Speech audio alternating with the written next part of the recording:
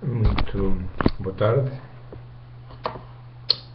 Hoje vamos falar sobre duas questões muito interessantes, sobre os conceitos de certo e errado e de bem e de mal,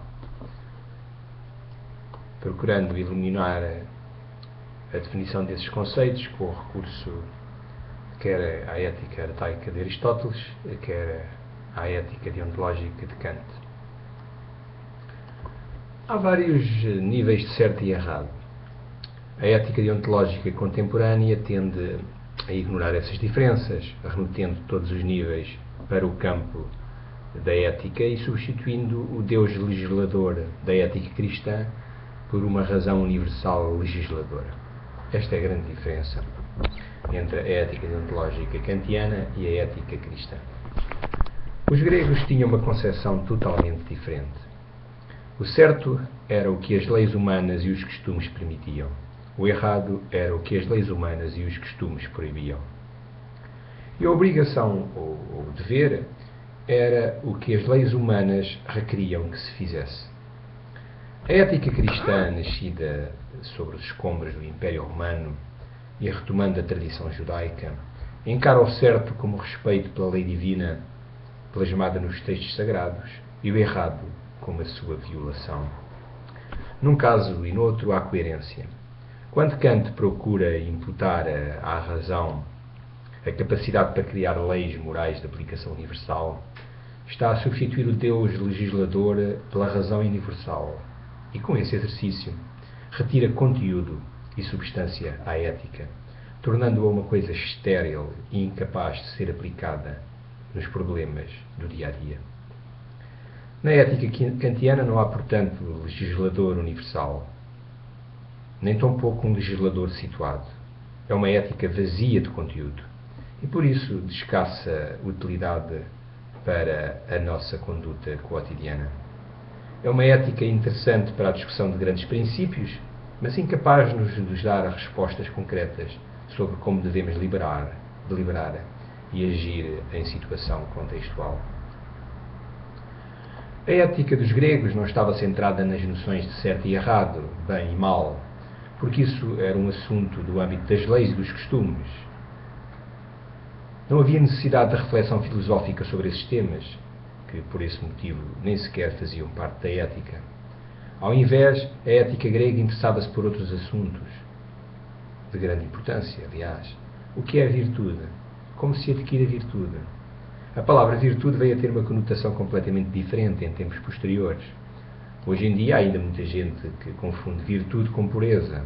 Ora, a palavra grega para virtude, arete, significava excelência. A ética grega destinava-se fundamentalmente a descobrir como é que se podia ter uma vida excelente, uma vida boa. Uma vez que o indivíduo era inseparável da polis, da cidade, era um dado adquirido que ele devia respeitar as leis e os costumes da polis. Ou seja, respeitar as leis e os costumes da polis era aquilo que estava certo. O bem, no fundo, limitava-se a isso. Posto isto, o homem livre tinha um importante e complexo caminho a desbravar com o objetivo de atingir a excelência, isto é, a virtude, pois era a excelência que conduzia à felicidade, à eudaimonia, a finalidade culminante da ética e da vida.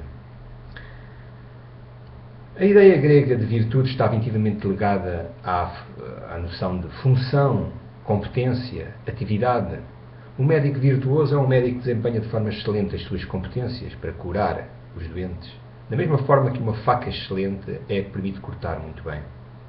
Uma pessoa torna-se virtuosa não procurando ser como a maioria, mas ao invés, destacando-se da massa, da multidão. A pessoa excelente é aquela que desempenha a função excepcionalmente bem. Sendo a principal função do homem livre o exercício da razão, em ordem à construção do conhecimento e ao uso da inteligência criativa, a eudaimonia, isto é, a felicidade, atinge-se através de uma vida intelectual ativa e excelente. O nível de excelência varia de pessoa para pessoa, em função das funções que desempenham. Pessoas diferentes com funções diferentes apresentam níveis de realização e de excelência necessariamente diferentes. Em consequência, um ato é visto como bom ou mau de acordo com a forma como preenche a sua função, sendo tanto mais excelente quanto melhor cumprir a função para que foi criado. Em função desta argumentação, talvez seja possível responder à magna questão: o que é uma pessoa boa? Importa referir que os gregos, e em geral os antigos, preferiam usar a palavra nobre.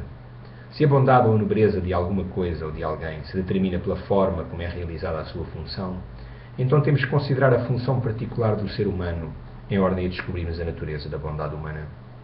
O ser humano partilha necessidades, apetites, desejos, sensações com outros seres vivos. Aquilo que nos torna únicos é a capacidade de pensar e raciocinar. É o exercício da razão que constitui a nossa excelência particular. Então, quanto mais excelentes formos a usar a razão, a utilizarmos a nossa inteligência criativa, mais excelentes seremos. Deriva daqui que uma pessoa boa para os gregos, e em geral para os antigos, é aquela que usa a razão de forma excelente, ou seja, aquela que conhece e usa as virtudes intelectuais e éticas em todas as dimensões da sua vida e conduta. A bondade humana não é o mesmo que inocência, boa vontade ou respeito pelos mandamentos divinos. Embora pressuponha o respeito pelas leis humanas e pelos costumes, a bondade humana pressupõe o cultivo de uma vida dedicada à racionalidade, ao uso da inteligência criativa a um nível de excelência a que muitos não são capazes de aspirar. Muito obrigado. Boa tarde.